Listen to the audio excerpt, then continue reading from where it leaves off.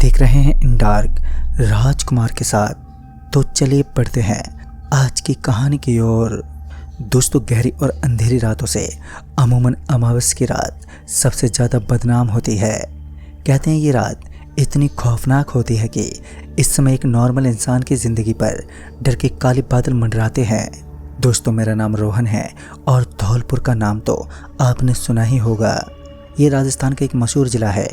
इस ज़िले के अंदर 2000 लोगों का एक छोटा सा कस्बा निवास करता है जिसे मायापुर कहते हैं। हमारा गांव मायापुर काफ़ी सालों से जादू टोनी को लेकर काफ़ी चर्चित है। इस गांव के अंदर इतने ज़्यादा पाप और दुष्कर्म बढ़ चुके हैं कि अतृप्त आत्माएं भी शोर मचाने लगती हैं। वैसे तो मैंने कभी भी भूतों पर विश्वास नहीं किया था। रात में शमशान घाट में पड़ी लकड़ी को उठाकर पशुओं के पीछे भागना हो या फिर सन्नाटे भरी रात में जंगलों के अंदर से गुजरना हो, मैंने अपनी ज़िंदगी में आज तक भय का एहसास नहीं किया था। लेकिन उस रात मेरी ज़िंदगी में नए विचारों के साथ दहशत ने मेरे दिल में एक अलग ही स्थान सा बना लिया। रात का समय था। उस दिन मैं अपने खेत पर गया था। हमारा खेत जो गांव से करीब 7 किलोमीटर दूर है। 2000 लोगों की इस बस्ती को कुछ ऐसे वीरान स्थान की प्राप्ति थी जहां की रिपेयरिंग वो देख रहे थे। इसी गांव के लोगों का कर्तव्य था। शायद वो शनिवार का दिन था, मैं नहीं जानता था।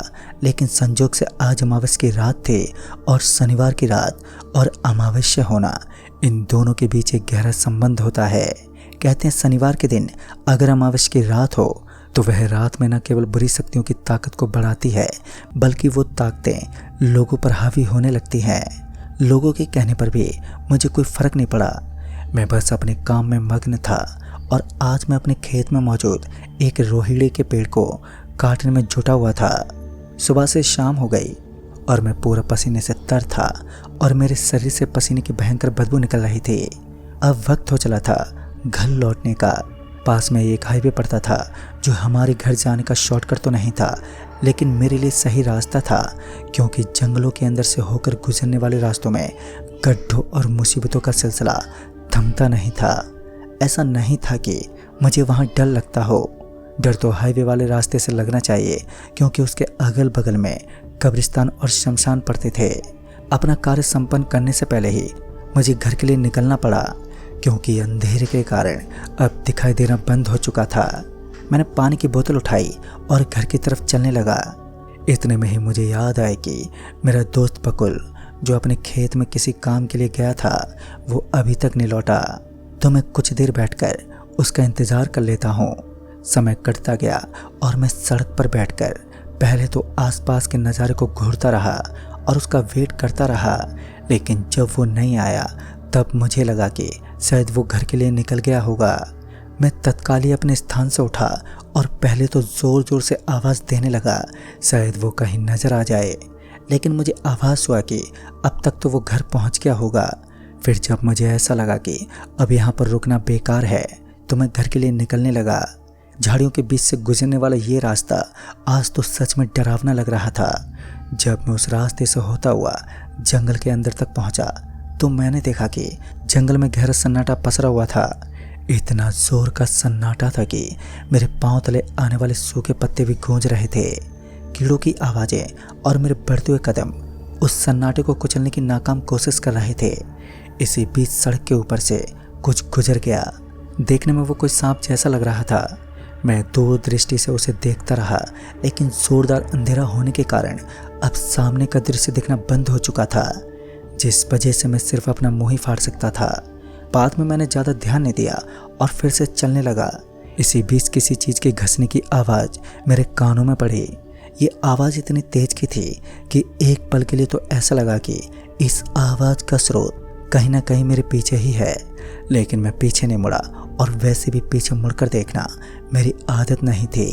इतने में ही गाड़ी की हेडलाइट बगल वाले बोर्ड पर पड़ी। ये रोशनी इतनी जल्दी मेरे करीब आ रही थी कि मैं समय पर ही सड़क के बीचों बीच से हट गया। कार की स्पीड को देखकर मेरे तो रोंगटे खड़े हो गए, क्योंकि मेरी ज़िंदगी और मौत के बीच बस 1 सेकंड का फासला रह गया था।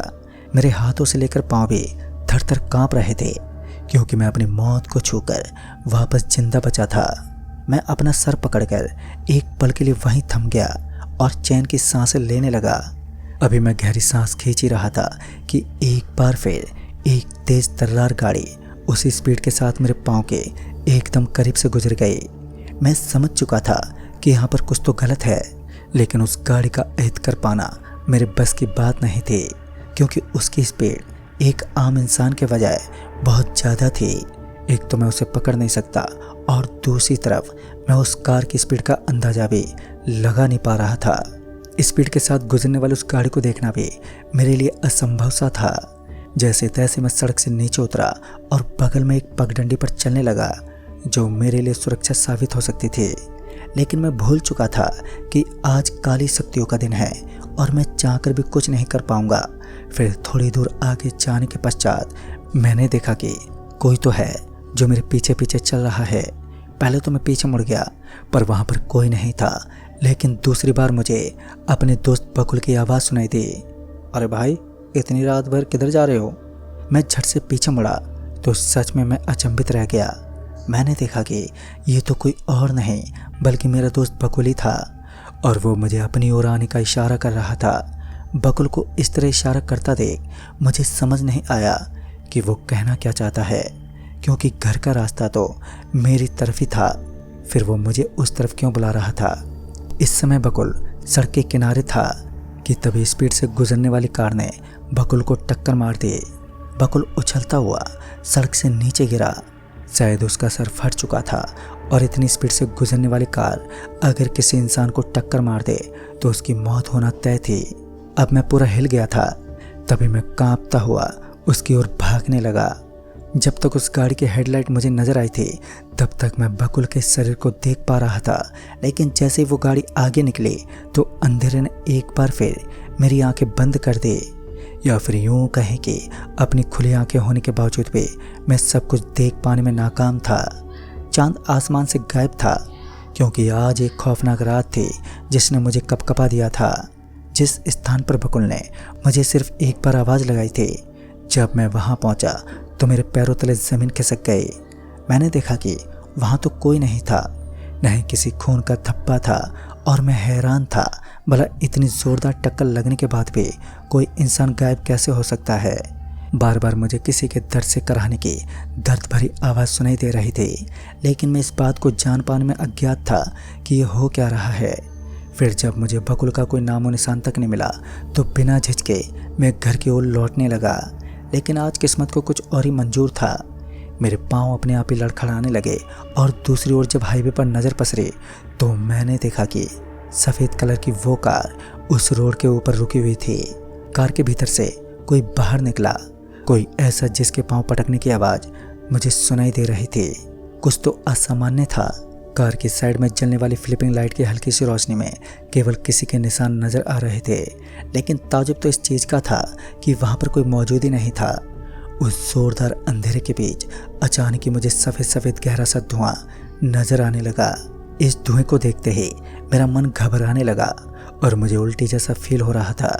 अंदर अंदर बेचैनी हो रही थी, और इसी दौरान किसी ने मेरा हाथ पकड़ लिया, और जैसे किसी ने मेरा हाथ पकड़ा तो मुझे लगा कि मेरा शरीर भी किसी ने एकदम से जकड़ सा लिया हो।